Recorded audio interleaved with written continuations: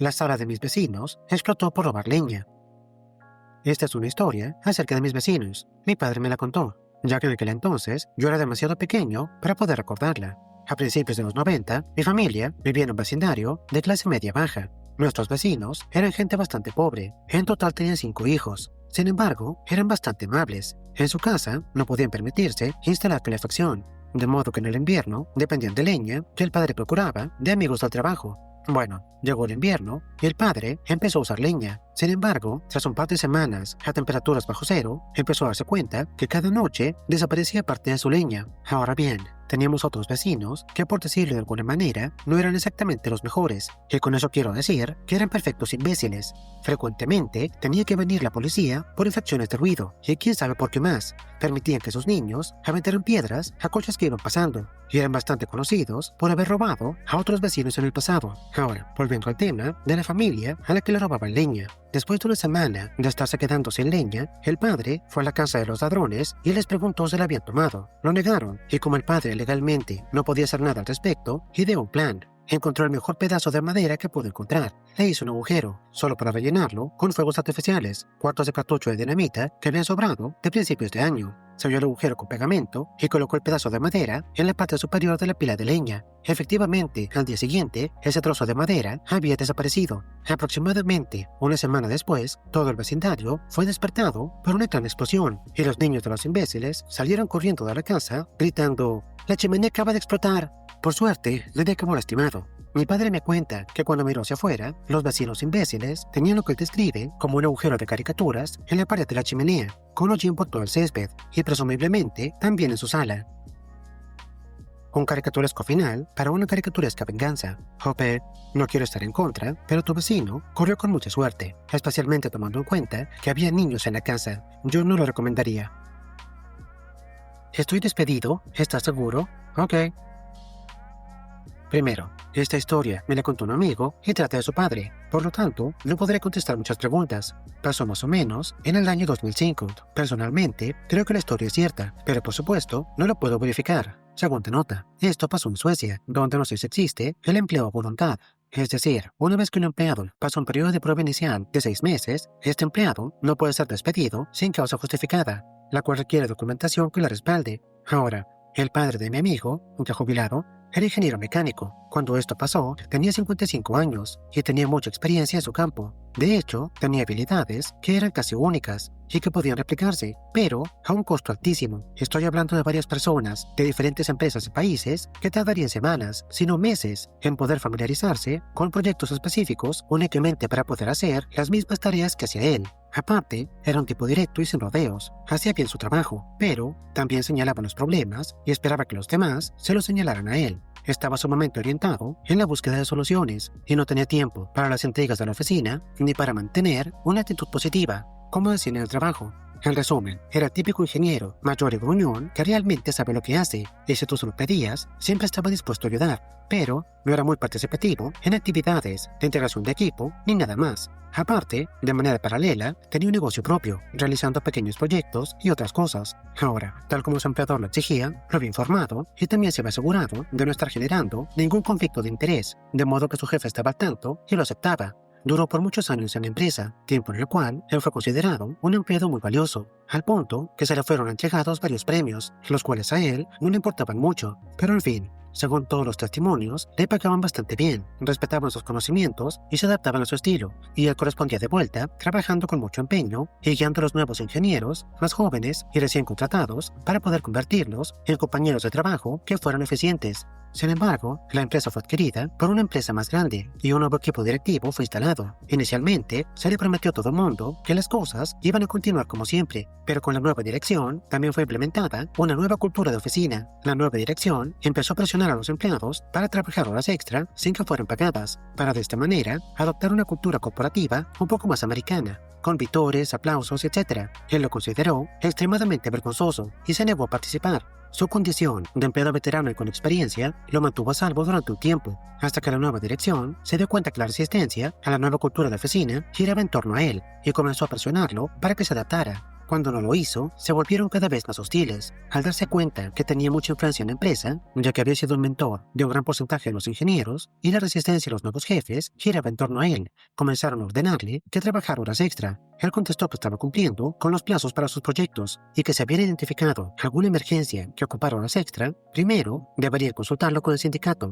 ya que se estipulaba que no serían horas extra a menos que fuera una emergencia. Aparte, intentaron obligarlo a tomar parte en los gritores y aplausos, haciendo que la asistencia a esos eventos fuera obligatoria y gritándole que participara. Y él lo hacía, pero con tan poco entusiasmo que todo el evento se volvía aún más vergonzoso, al punto que la gente empezaba a reírse. La jornada laboral se volvió cada vez más tensa y él sabía que tarde o temprano las cosas llegarían a un punto crítico. Sin embargo, al ser un ingeniero con experiencia y sabiendo documentar las cosas, ya tenía todo bajo control. Entonces, finalmente pasó. Fue atrapado contestando un correo electrónico de su negocio paralelo en la computadora portátil que pertenecía a la empresa. Fue llamado a la oficina y fue inmediatamente despedido por robo de recursos de la empresa. Él estaba sentado en la mesa de conferencias mirando a los gerentes a los ojos uno tras otro. Después preguntó: ¿están seguros de que quieren hacer esto?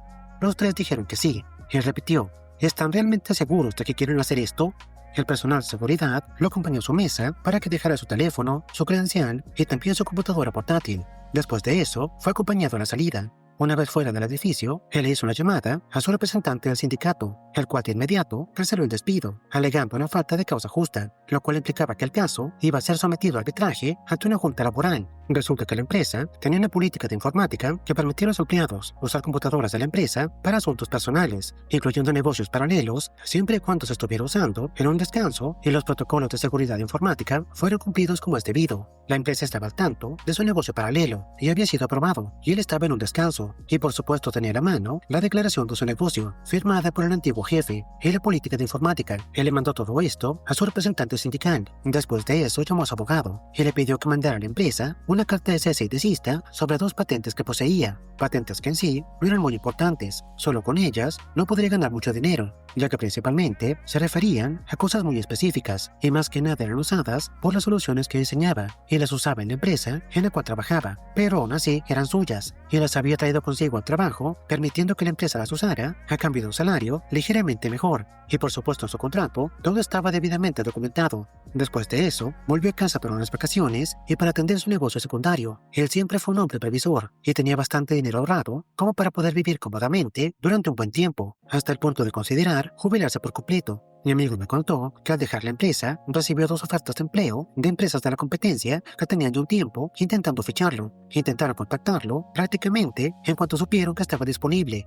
Él amablemente rechazó a las 2. Sin embargo, se ofreció a asesorarlos mediante su negocio paralelo. Podía hacerlo ahora que tenía tiempo, una oferta que aceptaron con entusiasmo, pagándole el doble de lo que antes ganaba por hora en su antigua empresa. Al día siguiente de irse, sus antiguos compañeros de trabajo empezaron a llamarlo para pedirles consejo, ya que los proyectos que había dirigido no podían continuar sin él. Él fue muy educado, pero se negó a brindar cualquier información o ayuda, diciendo que había dejado todo en manos de la dirección y que se pusieran en contacto con ellos, debido a que él ya no trabajaba para esa empresa.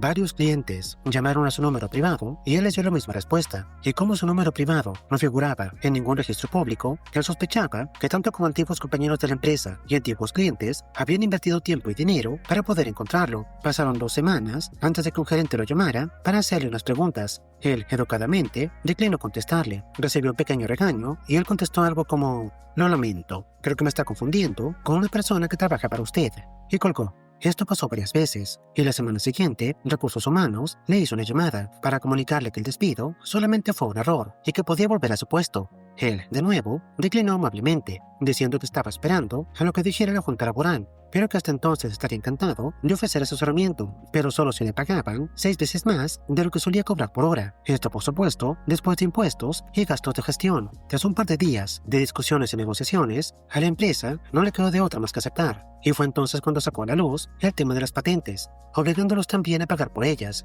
De esa forma, menos de 2 semanas y media después de su despido, él ya estaba de vuelta en su mesa. Aproximadamente 3 meses después, el despido llegó a la junta laboral. El director que inició el despido declaró que pensaba que había manejado el asunto de la manera correcta, pero que aún así estaba dispuesto a ofrecerle al padre de mi amigo su puesto de vuelta. para mostrar su buena voluntad y fomentar la reconciliación. El padre de mi amigo y el sindicato simplemente afirmaron que ahora trabajaba en otra empresa y ya no estaba disponible. La junta laboral falló a favor del padre de mi amigo y del sindicato. Por lo tanto, la compensación que le pagaron fue más de la habitual. Primero, 3 meses de paga partida y después una paga equivalente al salario de 24 meses, incluyendo pensión. Y por supuesto también pagaron los honorarios del abogado del sindicato, todo pagado por la empresa. Según mi amigo, el padre continuó trabajando ahí hasta que se jubiló, trabajando unas 20 horas por semana y entre 10 o 15 horas para otras empresas, ganando un buen dinero y cobrándoles 3 veces más de lo que les cobraba a las empresas competidoras. Él lo llamaba impuesto por abuso.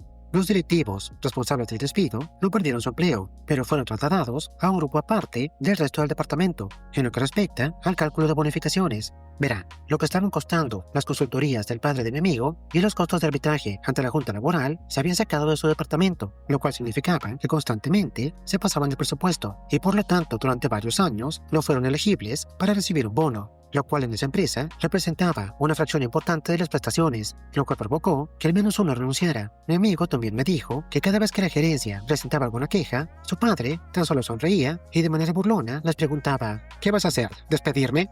Después de todo lo que pasó. Interesante forma de pensar. Vamos a obligarte a tomar parte en nuestros ejercicios para mejorar la moral, y si no tomas parte, te despedimos. ¿Qué tal eso para mejorar la moral? En serio, se merecen todo lo que les pasó. Y por cierto, al diablo la paga extra. Yo felizmente cobraré incluso menos solo por poder hablarle así a mi jefe. ¿Qué me harás? ¿Despedirme? Te sana el alma. Bloquearon mis fondos por tu error, pues voy a echar a perder las redes sociales de tu banco. Por algún motivo, sabrá el señor por qué, confié parte de mi dinero a una pequeña cooperativa de crédito local. Cuando recientemente mi tarjeta no quiso funcionar en un cajero automático, pedí ayuda a la sucursal y un empleado me dio un código para poder retirar dinero directamente de mi cuenta. Este es un servicio que el banco ofrece. No me estaban ofreciendo ningún trato especial. Unos días después, parece que el sistema del banco marcó mi cuenta para revisión debido a un error contable y un retraso en el cobro. No me había sobregirado ni nada por el estilo. Fue tan solo un pequeño error de su parte. Aún así, durante todo un mes, todos mis fondos estuvieron bloqueados. Y cada vez que llamaba al banco, atención al cliente, me contestaban de forma sarcástica, a veces incluso insinuando que mi apellido no les gustaba por ser extranjero. Cuando hablé con mi familia para contarles lo que estaba pasando, un primo menor tuvo una idea: usar un servicio ruso que paga a la gente unos pocos rublos rusos cada vez que publican lo que tú les pidas en redes sociales. Un rublo más o menos equivale a un centavo americano. Este servicio funcionó de maravilla. El sitio web incluso permitía elegir entre perfiles de apariencia estadounidenses y de otras regiones. Después de gastarme los $3 mejor invertidos de toda mi vida y con algunas sugerencias de la IA, las redes sociales de la cooperativa de crédito se inundaron con cientos de quejas. Estoy seguro de que ese mismo día, esas quejas llegaron a los oídos de las personas adecuadas. El gerente del centro de atención telefónica del banco me llamó personalmente para decirme que comprenden que esté molesto y que, aunque ya no quieran mi cuenta, el banco está dispuesto a iniciar una transferencia del saldo completo, más una compensación de $50 a cualquier banco de mi elección. Y asunto resuelto. Posiblemente también se dieron cuenta que no era posible vincular lo que había pasado en sus redes sociales conmigo, y por lo tanto insinuaron que querían acabar con todo el asunto de manera amistosa. Es una lástima que no puedo pedirles a los bots rusos que borren lo que publicaron. Ahora va a ser problema de otro. Y por supuesto, todo el mundo en los comentarios está preguntando cuál es el nombre de esa página web. Lastimosamente, Hoppe no lo comparte. Bueno, creo que es mejor así. Hoppe, pagaste $3. El banco te dio 50. Es una ganancia neta de $47. Bien por ti.